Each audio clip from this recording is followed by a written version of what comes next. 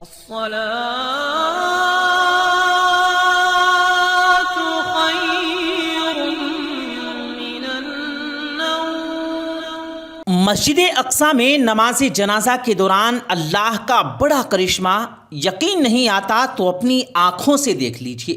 السلام علیکم پیارے دوستو، مسجد اقصی میں دل دہلا دینے والے واقعے نے وہاں پر موجود لوگوں کی چیخیں نکال دی جب اسرائیلی فوجیوں نے نہتے فلسطینی مسلمان کو شہید کرنے کے بعد اسے دفنانے کے بجائے جلانا چاہا تو اچانک سے ایک ایسا معجزہ رونما ہوا کہ دیکھنے والوں کی آنکھیں حیرت سے پھٹی کی پھٹی رہ گئی اور دل سینوں میں تھم کر رہ گئے۔ وہاں موجود اسرائیلی یہ منظر دیکھ کر اپنے ہوش کھو بیٹھے۔ اس سے پہلے کہ ہم اس ویڈیو کو آگے بڑھائیں، آپ سے گزارش ہے کہ اگر آپ نے ہمارے اس یوٹیوب چینل کو سبسکرائب نہیں کیا تو ابھی سبسکرائب کریں، ساتھ میں لگے بیل نوٹیفیکیشن پر ضرور پریس کیجیے گا تاکہ اسی طرح کی مزید اپلوڈ ہونے والی ویڈیوز کا نوٹیفیکیشن بر وقت آپ تک پہنچتا رہے۔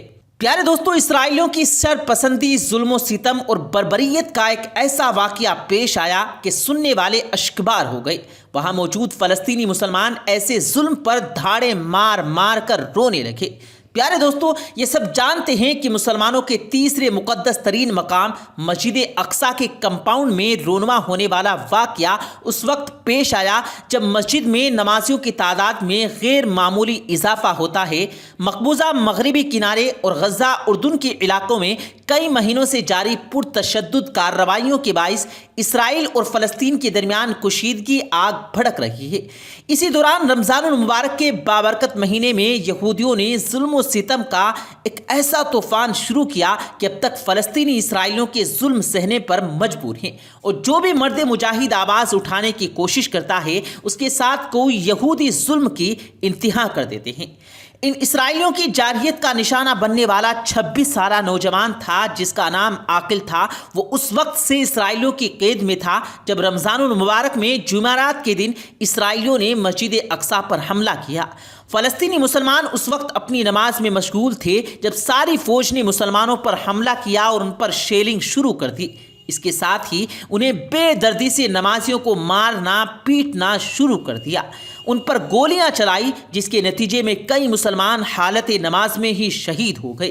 اسرائیلیوں نے نوجوانوں پر لاٹھیاں چلانا شروع کر دی، لیکن مسلمانوں کا ایمان اتنا پکا تھا کہ اس وقت سخت اور افراتفری میں بھی آگے کی صفوں کے مسلمانوں نے اپنی نماز کو جاری رکھا۔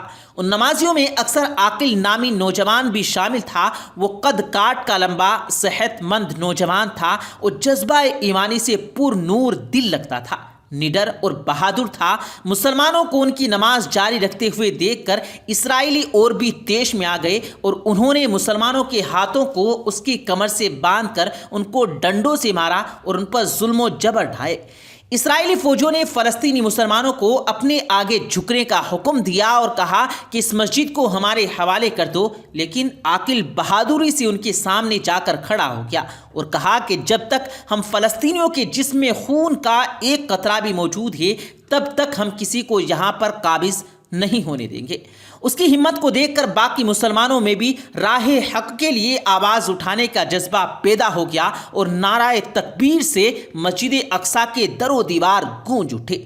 فوجی جارحانہ رویہ پر اتر آیا، اس نے پستول عاقل کے منہ پر دے مارا جس سے عاقل نامی شخص کے ہونٹوں سے خون بہنے لگا، اس کا منہ سوج گیا۔ عاقل نے اس بے رحم فوجی کے منہ پر تھوک دیا۔ یہ سب وہ فوجی غصے میں بفر گیا اور عاقل کی اس حرکت کی وجہ سے اسرائیلیوں کے دل میں نفرت کے جذبات اس حد تک بڑھ گئے کہ انہوں نے اس مرد مجاہد پر اسی وقت بے تحاشا فائر اس کے سینے میں اتار دیے۔ عاقل نے کلمہ شہادت پڑھ کر شہادت نوش کی۔ اس کے چہرے پر اطمینان بھری مسکراہٹ تھی، اس کا منہ بھی قبلے کی طرف تھا، وہ زمین بوس ہو چکا تھا۔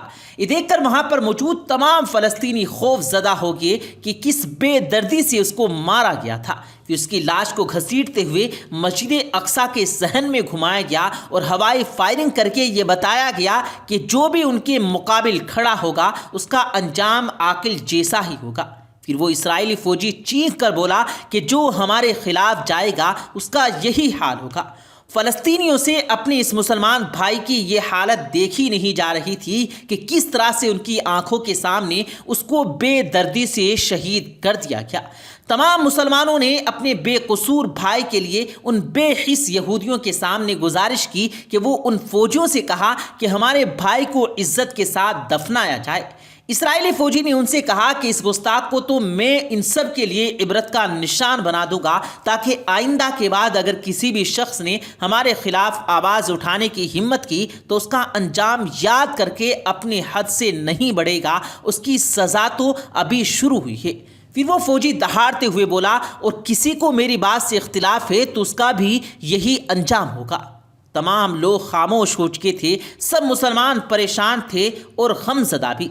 یہ سب لوگ یہ سوچ رہے تھے کہ نہ جانے وہ لوگ عاقل کی ڈیڈ باڈی کے ساتھ کیا سفاکانہ رویہ اختیار کریں گے۔ ہر فلسطینی مسلمان بس یہی سوچ رہا تھا کہ جب اسرائیلی فوجیوں نے کہا کہ وہ عاقل نامی نوجوان کی میت کو دفنانے کی وجہ اسے جلائیں گے تاکہ دوبارہ کوئی بھی فلسطینی مسلمان ایسی جرت دکھانے کا سوچ کر بھی کانپ اٹھے، یہ سنتے ہی تمام لوگوں کی آنکھیں اشکبار ہو گئی، سبھی دل اللہ سے خیر کے طلبگار تھے۔ پھر ان فوجیوں نے اپنے ماتحتوں سے کہا کہ عاقل کو غسل دے کر کفنا کر مسجد اقصیٰ کے صحن میں لایا جائے۔ سبھی مسلمان مرد دبی دبی سسکیوں سے رو رہے تھے، اللہ کو مدد کے لیے پکار رہے تھے۔ آدھے گھنٹے بعد مسجد کو ایک چارپائی پر لایا گیا اور وہاں مسجد اقصیٰ کے صحن کے عین بیچ میں رکھ دیا گیا۔ لکڑیوں کا انتظام کیا گیا۔ سبھی مسلمان ہاتھوں سے ان یہودیوں کے فیس مانا کر رہے تھے، لیکن وہ اسرائیلی اس وقت فرعون بنے ہوئے تھے۔ انہوں نے میت کے آس پاس لکڑیاں رکھنا شروع کر دی۔ یہ منظر دیکھ کر مسلمانوں کے کلیجے پھٹنے لگے۔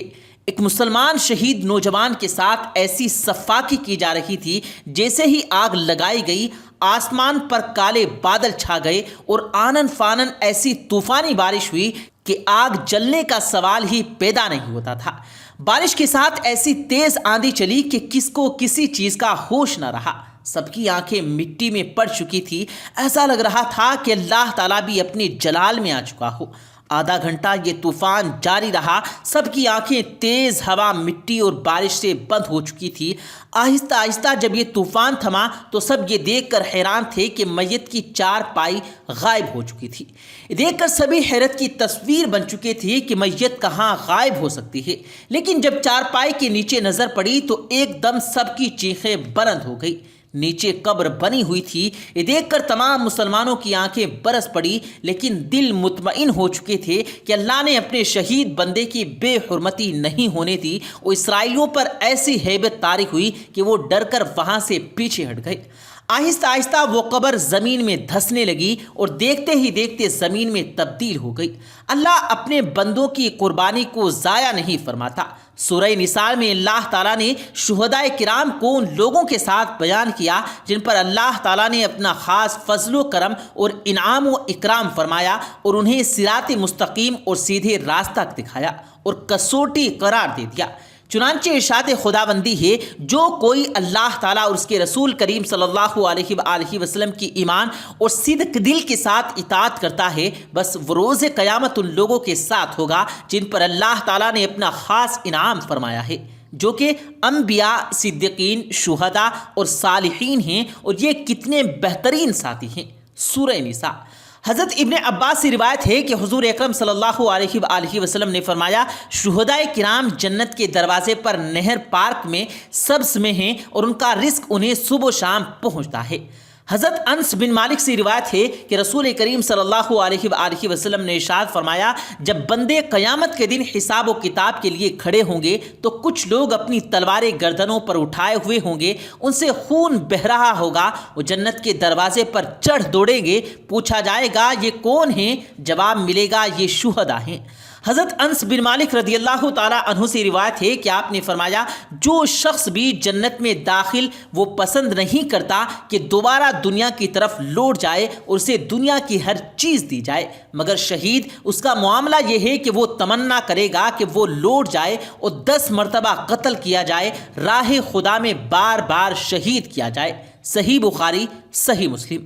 حضرت عبداللہ بن ابی اوفی رضی اللہ تعالیٰ عنہ سے روایت ہے کہ رسول کریم صلی اللہ علیہ وآلہ وسلم نے فرمایا، جان لو کہ جنت تلواروں کے سائے میں ہے۔ صحیح بخاری۔